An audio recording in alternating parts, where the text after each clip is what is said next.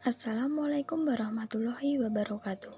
Kami dari kelompok 2 mata kuliah kelistrikan otomotif akan menyampaikan materi mengenai kelistrikan bodi mobil. Nah, sebelum kita lanjut ke materi yang lebih lanjut, mari kita perkenalan terlebih dahulu. Seperti pepatah, tak kenal maka tak sayang. Mari kita kenalan.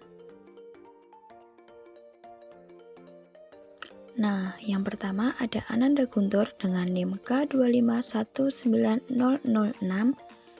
Kedua ada Indah Permatasari dengan NIM K2519044. Ketiga ada Dimas Bagaskoro dengan NIM K2519021 dan Puput Nurkasana dengan NIM K2519072. Sebenarnya apa sih kelistrikan bodi mobil itu? Nah, mari kita bahas. Sistem kelistrikan bodi adalah sebuah instalasi listrik yang terletak pada bodi kendaraan. Sistem ini berfungsi sebagai komponen tambahan untuk melengkapi fungsionalitas sebuah mobil. Kelistrikan bodi dibagi menjadi 4. Yang pertama, sistem penerangan eksterior. Yang kedua, sistem penerangan interior. Yang ketiga, sistem peringatan. Dan yang keempat ada aksesoris tambahan. Oke, kita masuk ke penerangan eksterior. Apa itu? Check this out. Lampu kabut. Apa itu lampu kabut? Lampu kabut atau sering kita biasa sebut fog lamp adalah lampu yang berfungsi untuk menembus kabut waktu kita berjalan di jalan yang berkabut. Lampu plat. Lampu plat sendiri berfungsi untuk menerangi plat nomor waktu malam hari, jadi kita dapat melihat plat nomor dengan baik. Oke, lampu mundur. Apa itu lampu mundur? Sering biasa kita sebut itu lampu atret, yaitu fungsinya itu untuk memberikan sinyal kepada orang lain bahwa mobil kita itu sedang mundur, jadi mereka bisa menyesuaikan jarak. Oke, kemudian kita ke part selanjutnya yaitu lampu utama.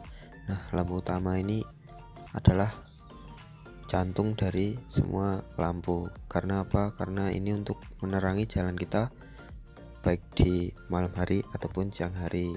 Jadi supaya kita dalam kegelapan pun tidak mengalami kesulitan waktu mengemudi. Dan di lampu utama ini juga terdapat lampu kota. Lampu kota ini biasanya saat kita gunakan itu saat kita di kota-kota seperti itu. Selanjutnya ada lampu DRL atau Day Running Light.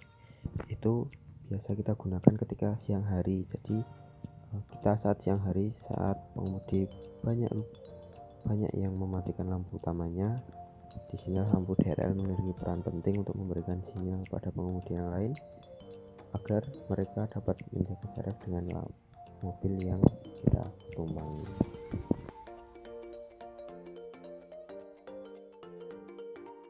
Penerangan interior. Di dalam mobil, interior light berfungsi untuk menerangi bagian kabin mobil.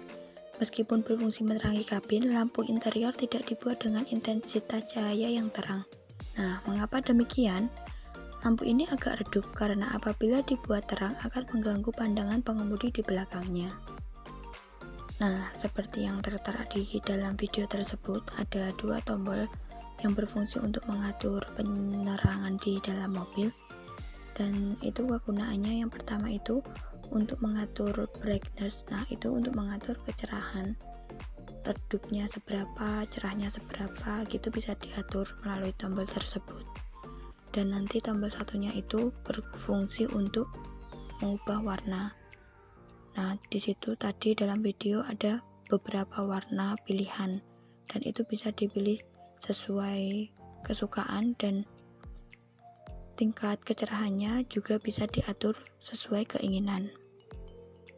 Nah, selanjutnya adalah sistem peringatan. Sistem peringatan diartikan sebagai penanda bagi kendaraan lain terhadap posisi kendaraan tersebut. Sistem peringatan ini masuk ke kelompok sistem kelistrikan bodi karena memang terletak di bagian bodi kendaraan serta menggunakan rangkaian kelistrikan. Sistem peringatan contohnya yang pertama adalah lampu hazard. Lampu hazard adalah lampu yang menunjukkan bahwa kendaraan tersebut sedang dalam kondisi darurat. Nah, Di sini tombolnya teman-teman, kita akan tekan dan lampu hazard ini akan mengedipkan semua lampu sen secara bersama-sama. Dan mematikannya juga ditekan di tombol ini. Nah, begitu teman-teman.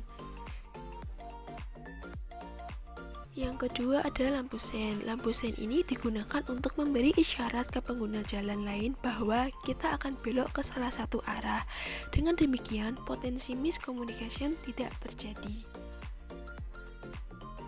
Selanjutnya ada stop lamp atau lampu belakang. Lampu ini digunakan sebagai penanda ke pengguna jalan lain bahwa ada kendaraan di depannya. Saat rem ini ditekan, maka intensitas lampu akan lebih terang dan memberikan sinyal ke mobil belakangnya bahwa kita sedang mengerem. Yang terakhir adalah klakson. Klakson adalah skema kelistrikan untuk mengubah energi listrik menjadi suara. Suara ini dijadikan penanda bagi pengguna jalan lain terhadap posisi kendaraan kita. Terakhir, tambahan aksesoris apa aja itu? Mari kita simak. Window defogger adalah suatu alat yang digunakan saat keadaan hujan, berguna untuk menghilangkan embun pada kaca belakang. Window defogger biasanya berbentuk garis-garis kuning yang merupakan suatu kawat besi yang mengantarkan panas, sehingga dapat membuat embun yang menempel pada kaca menguap. Wiper washer adalah suatu alat untuk menyemprotkan air kepada kaca mobil, berguna jika saat kaca mobil kotor maka bisa digunakan wiper washer, dan gerakan wiper washer sendiri akan dibarengi dengan gerakan wiper itu sendiri secara bersamaan. Wiper washer biasanya diisi oleh air dengan produk khusus guna membersihkan kotoran yang menempel. Power tailgate merupakan suatu teknologi terbarukan guna membuka pintu belakang pada sebuah mobil modern. Biasanya power tailgate menggunakan sistem elektronik. Dengan hanya menekan tombol maka pintu bagasi akan membuka secara otomatis, dan begitu juga saat menutupnya hanya dengan menekan tombol maka pintu akan otomatis tertutup. Power tailgate modern berikutnya bisa berupa sensor tendang atau kick sensor yang bisa digunakan jika pengguna sedang dalam membawa barang berat, maka sensor dapat membuka hanya dengan mengayunkan kaki di bawah bumper mobil, maka pintu akan terbuka secara otomatis. Sekian pemaparan materi dari kelompok kami. Apabila banyak tutur kata yang tidak berkenan, kami mohon maaf sebesar-besarnya. Tetap semangat walaupun dalam keadaan pandemi seperti saat ini. Stay positif dan stay healthy. Wassalamualaikum warahmatullahi wabarakatuh.